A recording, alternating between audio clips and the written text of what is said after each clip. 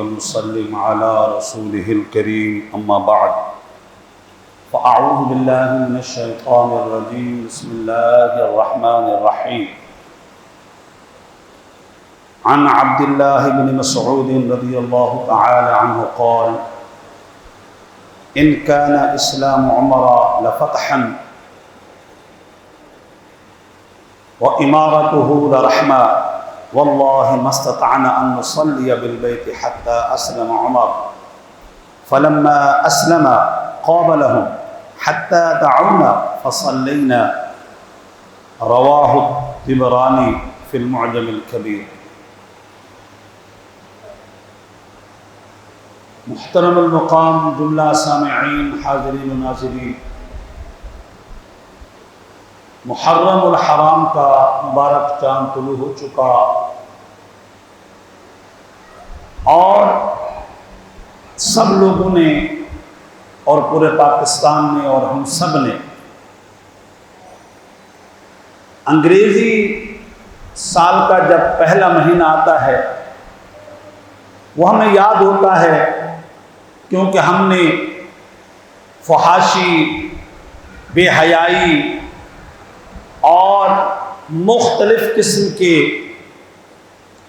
غلط کام جو ہے وہ شو کرنے ہوتے ہیں، اس کا سب کو پتہ ہوتا ہے۔ اگر ہم کسی مسلمان سے پوچھ لیں کہ یار یہ بتاؤ اسلام کا آخری مہینہ کون سا ہے اور پہلا مہینہ کون سا ہے، مشکل سے کوئی بتا سکے گا۔ اور اگر ہم یہ پوچھ لیں کہ یار یہ بتاؤ کہ نبی مکرم صلی اللہ تعالی علیہ وسلم اور قرآن نے مسائل کی بنیاد جن مہینوں پر رکھی ہے وہ جنوری فروری نہیں ہے۔ آپ حج کا موقع دیکھ لیں، رمضان المبارک کا موقع دیکھ لیں اور دیگر اسلامی تہوار دیکھ لیں، اس کے لیے جو ہے وہ اسلامی مہینہ، اسلامی ڈیٹ اور اسلامی تاریخ معتبر ہے۔ بہت سے مسائل ہیں، عدت کے مسائل ہیں اور اسی طرح جو ہے موت اور فوت کے بعد بہت سے مسائل ہیں جن کا تعلق اسلامی تاریخ سے ہے، اسلامی ڈیٹ سے ہے۔ آپ کے جنوری فروری مارچ اپریل سے اس کا کوئی لنک نہیں ہے۔ قرآن پاک میں ہے یسألونک عن الأہلہ، اے حبیب آپ سے پوچھتے ہیں یہ چاند جب طلوع ہوتا ہے تو ایک معمولی سی دھاری ہوتی ہے، پھر یہ بڑھنا شروع ہو جاتا ہے، پھر یہ مکمل چاند بن جاتا ہے، پھر یہ گھٹنا شروع ہو جاتا ہے اور اسی دھاری میں تبدیل ہو جاتا ہے۔ وجہ کیا ہے؟ تو قرآن کہتا ہے یسألونک عن الأہلہ قل ہی مواقیت للناس والحج۔ اللہ ارشاد فرماتا ہے یہ جو اسلامی مہینہ ہے، یہ جو اسلامی مون ہے، جو اسلامی چاند ہے، یہ تمہیں اسلامی تاریخ اور اسلام کے مطابق جو آپ کے مسائل ہیں ان کی نشاندہی کرتا ہے۔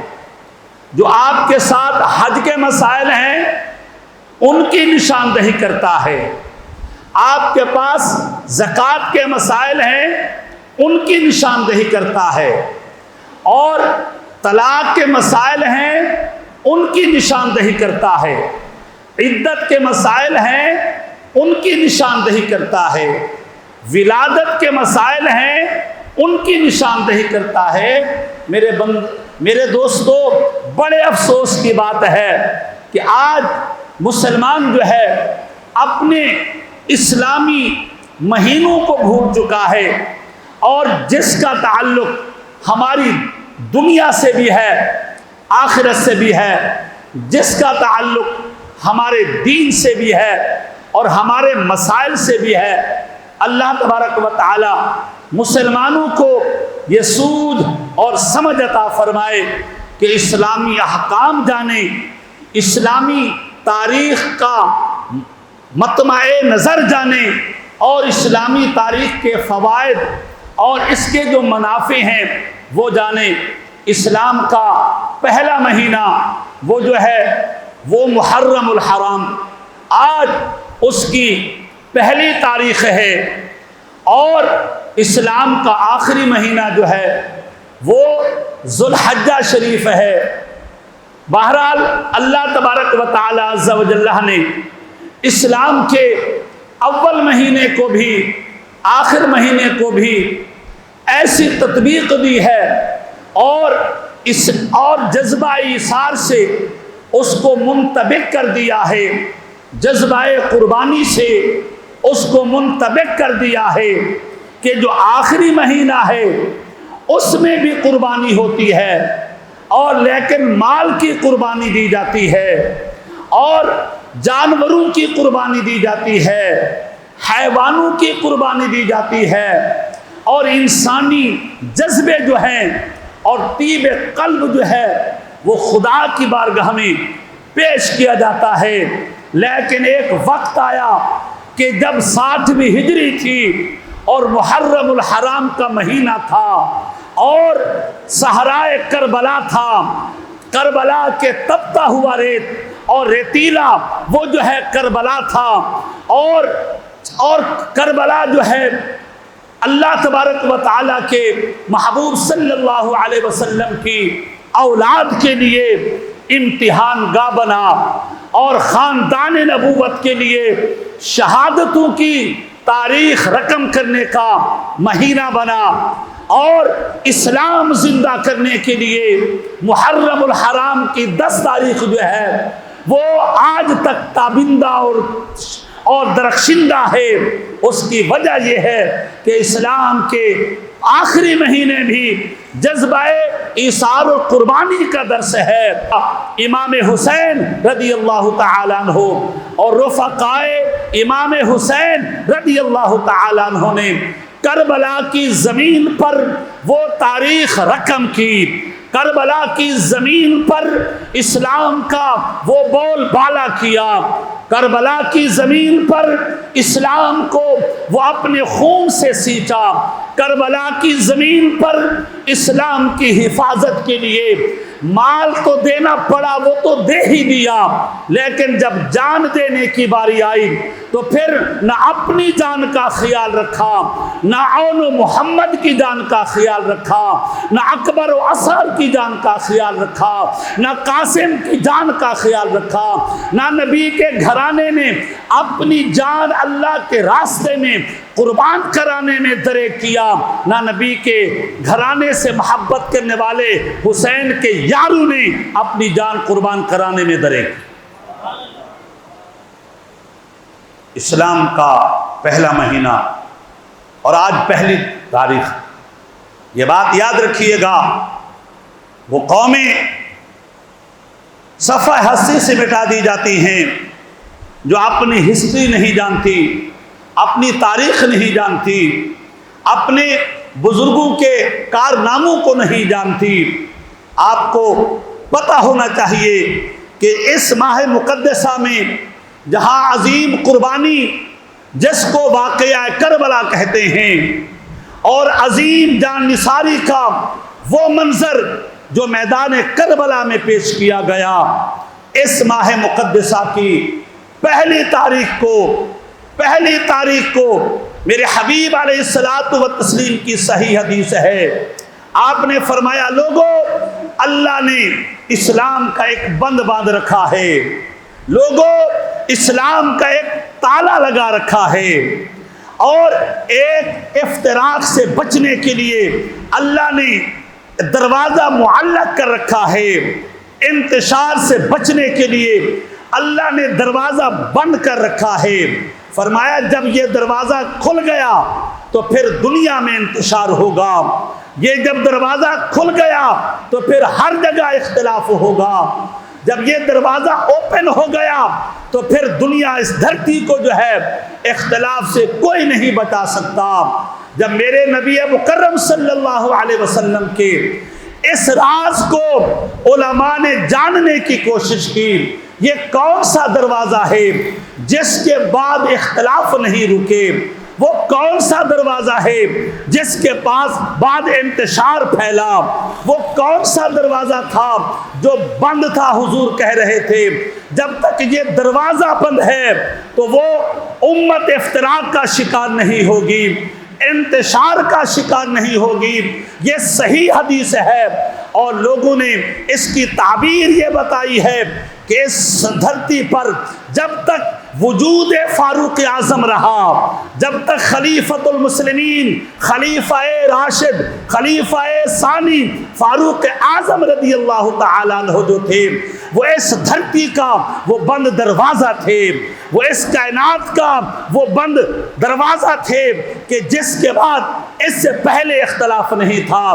جب ان کی شہادت ہو گئی اور ان کو بلوائیوں نے اور ان کو سبائیوں نے اور ان کو جو ہے حضرت فاروق اعظم رضی اللہ تعالیٰ عنہ کو اولاد ابن سبا نے جو ہے، ابنائے ابن سبا نے جو ہے جب ان کو شہید کیا، اس کے بعد اختلاف کا نہ ختم ہونے والا سلسلہ شروع ہو گیا.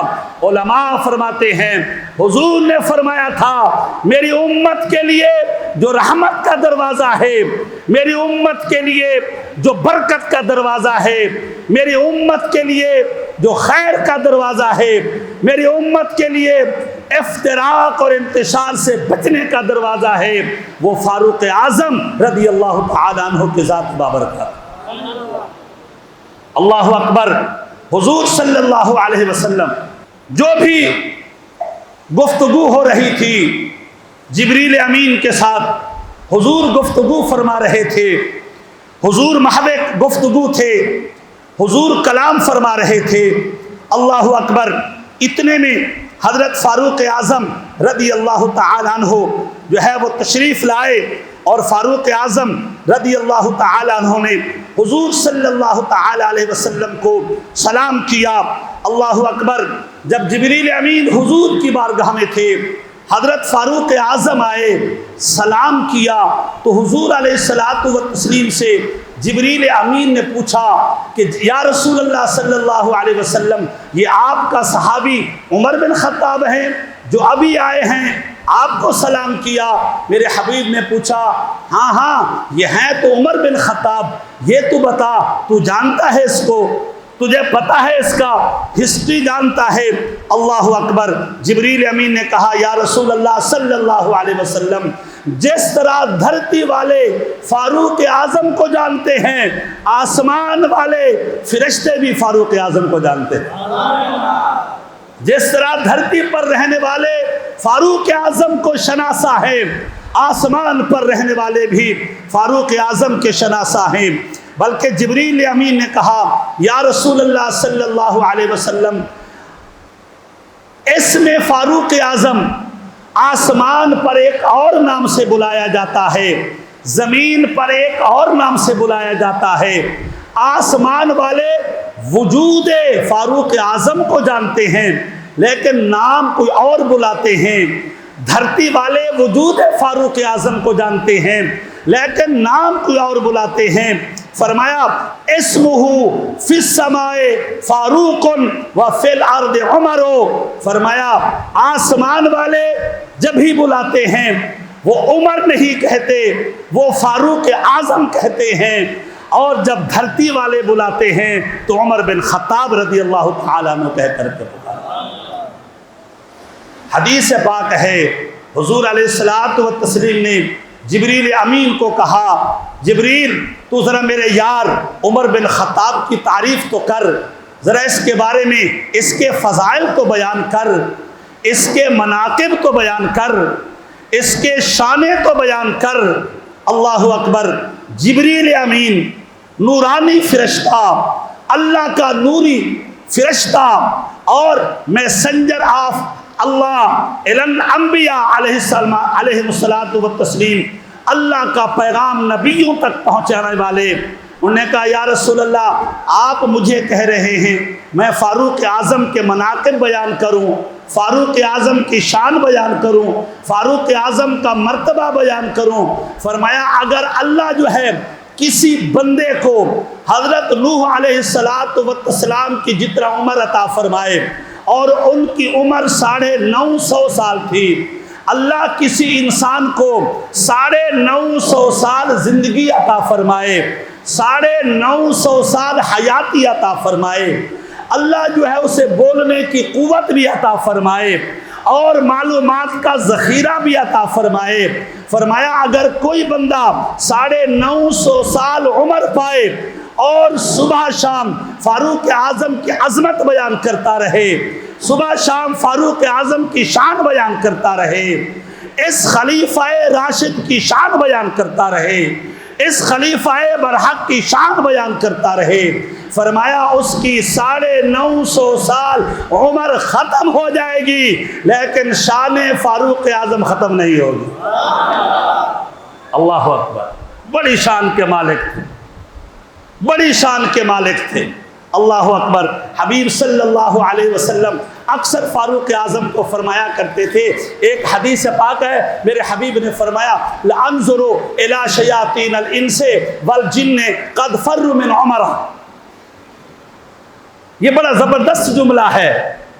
آج فاروق اعظم پر بھونکنے والے پائے جاتے ہیں، ابن سبا کی اولاد پائی جاتی ہے اور اولاد ابن سبا پائے جاتے ہیں، ابنائے ابن سبا پائے جاتے ہیں، فاروق اعظم پر بھونکتے ہیں۔ فرمایا عمر تیرا شان یہ ہے، تیری عظمت یہ ہے، لَأَنِّي انظرو الی شیاطین الانس والجن، فرمایا میری نگاہ مصطفیٰ جو ہے وہ جو ناری شیطان ہے ان کو بھی دیکھ رہی ہے، یہ جو خاکی شیطان ہیں ان کو بھی دیکھ رہی ہے، جو ناری جن ہیں ان کو بھی دیکھ رہی ہے، یہ جو خاک کی 2 ٹانگوں والے انسان نبی عمر تیرے دشمن ہیں یہ ان کو بھی دیکھ رہی ہے۔ عمر جہاں تیرا نام آ جائے وہ ناری شیطان بھی بھاگ جاتا ہے اور یہ خاکی شیطان بھی، یہ خاکی شیطان ہے، خاکی شیطان بھی بھاگ جاتا ہے۔ فرمایا میں نگاہ مصطفیٰ سے دیکھ رہا ہوں کہ قد فروا من عمر، فرمایا عمر کو دیکھتا ہے، عمر کے نام سے لوگ جلتے ہیں، عمر کے وجود سے لوگ جلتے ہیں، آج کل تو ان کا وتیرہ بن چکا ہے، صحابہ کر بھونکے نہیں تو ان کی جو ہے وہ محافل نہیں سجے گی، صحابہ پر تبرہ نہ کریں تو ان کی محافل نہیں سجے گی، لیکن سنو مسلمانوں، میرے حبیب نے فرمایا لوگوں اگر تم دیکھو کوئی بندہ عمر فاروق پر بھونک رہا ہے، فرمایا کوئی شخص جو ہے فاروق اعظم پر بھونک رہا ہے، عثمان غنی پر بھونک رہا ہے اور حضرت ابو بکر صدیق پر بھونک رہا ہے، ہماری ماں عائشہ صدیقہ رضی اللہ تعالی عنہا پر بھونک رہا ہے، جس کی برات میں، جس کی طہارت کے لیے اللہ نے پورے قرآن پاک میں 18 آیاتیں اتاری، فرمایا عائشہ تو بھی طاہر ہے، تو بھی اطہر ہے، تو بھی اطیب ہے، تیرے گھر والا محمد بھی طاہر اطیب اور طاہر ہے۔ فرمایا اگر تم سنو کوئی میرے صحابہ پر تبرہ کر رہا ہے، کوئی میرے صحابہ پر بھونک رہا ہے، جاگو سنیو، یہ کیا تماشا ہم نے لگا رکھا ہے؟ ہم ہر جناب والا محفل میں چلے جائیں اور ہر دال کے ہر جناب والا دیگچی کے جا کر کے چاول کھانے شروع کر دیں؟ نہیں، سنی بن کے رہو۔ جو صحابہ کے دشمنوں کی محفل ہے، ابو بکر کے دشمنوں کی محفل ہے، مولا علی کے دشمنوں کی محفل ہے، نبی کے گھرانے کی دشمنوں کی محفل ہے، آپ بولیں گے علامہ صاحب کیسی بات کرتے ہیں؟ اللہ اکبر، وہاں تو علی کا شان بیان ہوتا ہے، وہاں تو حسن کا شان بیان ہوتا ہے، وہاں تو حسین کا شان بیان ہوتا ہے، وہاں تو نبی کے گھرانے کی بات ہوتی ہے، وہاں تو نبی کی عظمتوں کی بات ہوتی ہے۔ آپ کیسے کہہ رہے ہیں اللہ اکبر؟ میں اس لیے منع نہیں کر رہا کہ وہاں پر حسنین کریمین کی شان بیان ہوتی ہے، مت جانا۔ میں اس لیے منع نہیں کر رہا وہاں پر نبی کے گھرانے کی شان بیان ہوتی ہے، مت جانا۔ میں اس لیے منع نہیں کر رہا وہاں پر نبی کی آل اولاد کی شان بیان ہوتی ہے، مت جانا۔ میں کہہ رہا ہوں ارے نبی کی آل اولاد کی شان بیان کرنے کے پس منظر میں اور اس کے جو ہے پس منظر میں صحابہ پر تبرہ کیا جاتا ہے، نبی کے گھرانے پر تبرہ کیا جاتا ہے، نبی کی بیویوں پر تبرہ کیا جاتا ہے۔ آپ کو تو پتہ نہیں چلتا، میں آپ کو بتا رہا ہوں، ہر اس محفل سے بچنا جہاں پر نبی کی شان کا تذکرہ بھی ہو، فاروق اعظم پر بھی تبرہ ہو، نبی کے گھرانے کا تذکرہ بھی ہو، عائشہ صدیقہ پر بھی تبرہ ہو، ہم ہر اس محفل کا بائیکاٹ کریں گے اور ان کی اولاد ابن سبا، ابناء ابن سبا کا ہم بائیکاٹ کریں گے۔ اس لیے ہم کہتے ہیں کہ قرآن نے بھی نبی کے گھرانوں کو بیان کیا ہے، نبی کی آل اطہار کو بیان کیا ہے، وہ ہم سنتے بھی رہتے ہیں، سناتے بھی رہتے ہیں۔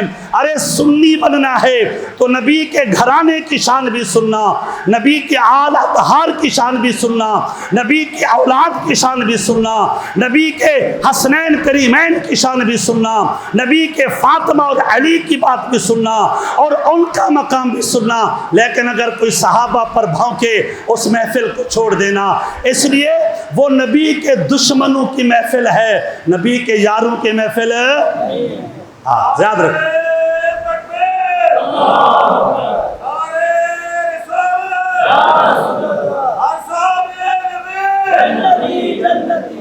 اللہ اکبر۔ حضور صلی اللہ علیہ وسلم ارشاد فرماتے ہیں، حضرت عبداللہ بن عباس رضی اللہ تعالیٰ عنہ فرماتے ہیں، حضور صلی اللہ علیہ وسلم نے فرمایا فی الجنت شجرۃ ما علیہا ورق الا مکتوب علیہا۔ فرمایا میں جب جنت میں گیا، جنت کے ہر درخت کو دیکھا، ہر درخت کے پتے کو دیکھا۔ میں جنت میں گیا، جنت کے ہر درخت کو دیکھا، درخت پر لگے ہوئے پتے کو دیکھا۔ فرمایا یا رسول اللہ پھر آپ نے کیا دیکھا؟ فرمایا ہر جنت کے دروازے پر بھی لکھا ہوا تھا، ہر جنت کے درخت کے پتے پر بھی لکھا ہوا تھا لا الہ الا اللہ محمد الرسول اللہ، ابو بکر الصدیق، عمر الفاروق، عثمان ذو النورین، مولا علی مشکل کشا۔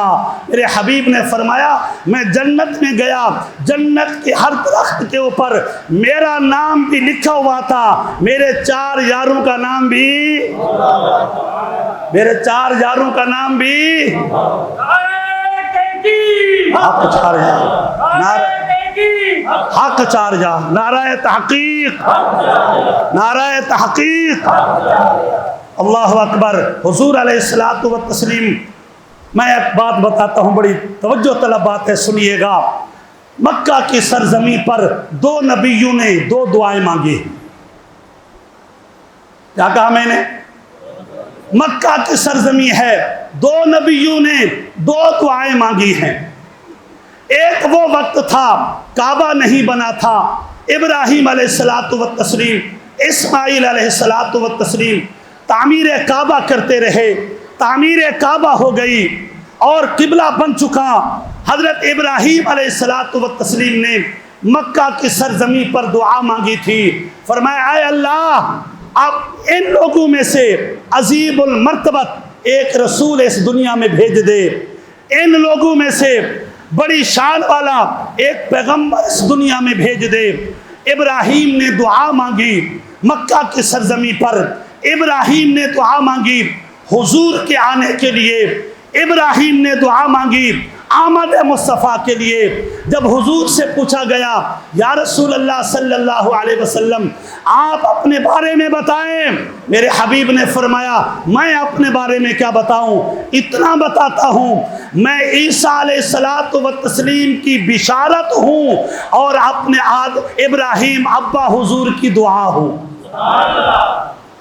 مکہ کی سرزمین ہے، اللہ کے پیغمبر ابراہیم علیہ الصلوۃ والتسلیم نبی کو مانگ رہے ہیں، اور جب میرے نبی تشریف لائے کائنات میں خوشیاں ہو گئیں، جب میرے نبی تشریف لائے کائنات میں مسرتیں ہو گئی۔ نبی مکہ میں ہے، ابراہیم دعا مانگ رہے ہیں محمد کے آنے کی، ایک وقت وہ بھی آیا، میرے حبیب نے ہاتھ اٹھا دیے، اللہم اعز الاسلام بعمر بن الخطاب رضی اللہ تعالی عنہ خاصہ، اے اللہ اگر اسلام کی بلندی چاہتا ہے، اسلام کا وقار چاہتا ہے، اسلام کا اعزاز چاہتا ہے تو عمر بن خطاب کو اسلام میں داخل کر۔ یہ نبی بھی دعا مانگ رہا ہے، ابراہیم بھی دعا مانگ رہے ہیں، فرق اتنا ہے ابراہیم دعا مانگتے ہیں محمد رسول اللہ کے لیے، اور محمد رسول اللہ دعا مانگتے ہیں عمر بن خطاب رضی اللہ تعالی۔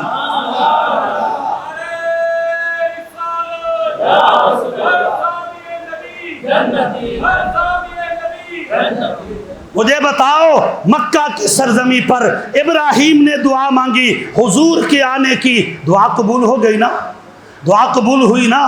ابراہیم علیہ الصلوۃ والتسلیم تشریف لائے، ابراہیم کی دعا کا ثمرہ جو تھے وہ حضور تشریف لائے، اللہ اکبر۔ خلیل اللہ کی دعا کا ثمرہ دنیا میں آیا، وہ محمد الرسول اللہ تھے۔ محمد الرسول اللہ کی دعا کا ثمرہ وہ کون تھے؟ حضرت عمر بن خطاب رضی اللہ تعالیٰ عنہ۔ اللہ اکبر، مانگنے والے مکہ کی سرزمین پر ابراہیم ہیں، مانگ کس کو رہے ہیں؟ محمد الرسول اللہ۔ مانگنے والے مکہ کے سرزمین پر محمد الرسول اللہ ہیں، مانگ کس کو رہے ہیں؟ عمر بن خطاب کو مانگ رہے ہیں۔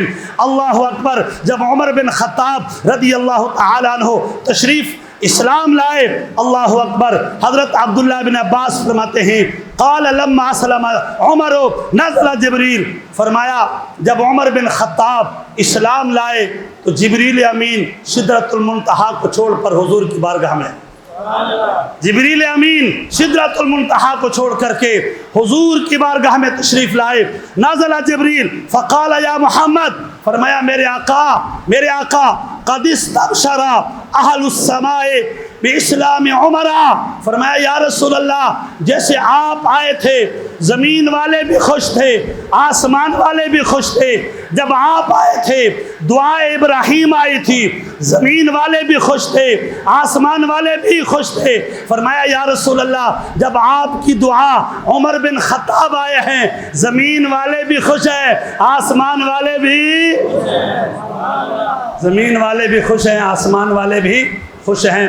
حضرت عمر بن خطاب رضی اللہ تعالیٰ عنہ کی بڑی شانیں ہیں، اللہ اکبر۔ میں نے تو پہلے بتایا کہ اگر میرے جیسے گناہگار آدمی کی 950 سال بھی زندگی ہو اور ہر جمعے میں عمر بن خطاب کے مناقب بیان کروں، یہ زندگی ختم ہو جائے گی، فاروق اعظم کا مرتبہ ختم نہیں ہوگا۔ اللہ تعالیٰ نبی کے یاروں کے صدقے ہم سب کی مغفرت فرمائے۔ اللہ نبی کے یاروں کے صدقے سے، نبی کے نواسوں کے صدقے سے، چادر تطہیر کے وارثوں کے صدقے سے اللہ ہم سب کی مغفرت فرمائے، اللہ ہم سب کی مغفرت فرمائے۔ ابھی یہ تماشے ہوں گے، آپ دیکھیں گے، جنازے رولیں گے، نبی کے گھرانے کے تماشا ہوگا، نبی کے گھرانے کا جنازے رولے جائیں گے، نبی کی اہل بیت کے جنازے رولے جائیں گے، نبی کے ان شہداء کے جنہوں نے حق کے لیے اپنی جانیں قربان کی۔ اب تماشا ہوگا ہماری روڈوں کے اوپر، ایک تماشا ہوگا ہماری روڈوں کے اوپر۔ اللہ ہمارے ملک کو ایسے فساد سے بچائے جو صحابہ کی دشمنی کا باعث بنے اور نبی کی گھرانے کی دشمنی کا باعث بنے۔ اللہ ہم سب کو مسلک کے حق اہل سنت و جماعت پر استقامت نصیب فرمائے۔ وما علینا الا البلاغ۔